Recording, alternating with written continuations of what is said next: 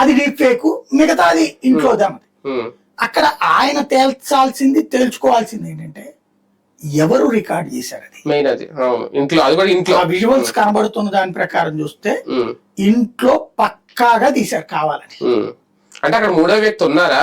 ఉన్న ఇద్దరు వ్యక్తుల్లోనే ఒకళ్ళ ప్రీ ప్లాన్ గా చేసుకోడు కదా, ఆయన చేసుకోరు, ఆమె చెయ్యాలి. చేశారా? అది ఆమె చేశారా? ఇంకెవరైనా చేశారు? లేదా వాళ్ళ హస్బెండ్ లేకపోతే వాళ్ళ కుటుంబ సభ్యులు ఈమె ప్రవర్తన నచ్చక ఆ విషయాన్ని ప్రపంచానికి తెలియజేయడం కోసం చేశారు. అదే ఇది కూడా అయి ఉండొచ్చు కదా. అంతే, అవును. అప్పుడు వాళ్ళన్న రావాలి, ఇటు ఈయనన్న రావాలి. అంటే వీళ్ళిద్దరికి తెలియకుండా ఇంట్లో మూడో వ్యక్తి ఎవరో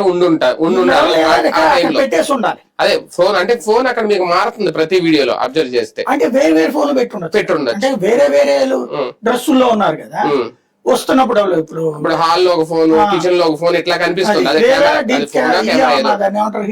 హిడెన్ కెమెరాలో, సీసీ కెమెరా చూస్తుంటే కొంచెం మంచి క్వాలిటీ కెమెరానే వాడారు. అదే అవును. కాబట్టి అది నేను అనుకోవడం హిడెన్ క్యామ్ క్వాలిటీది వాడారు. ఫోన్ కూడా చేశారు, ఫోన్ కూడా కాదు. ఫోన్ కి అయితే అంత క్వాలిటీ రాదు. మనం ఫోన్ లో మాక్సిమం లాంగ్ లోకి వచ్చేటు బోర్డర్ వచ్చేస్తుంది, అది క్లారిటీగా వస్తుంది.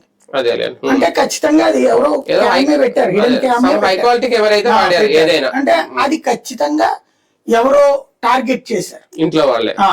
అది ఆమె తరపున వాళ్ళ, ఈయన తరపున వాళ్ళ, ఆమెకి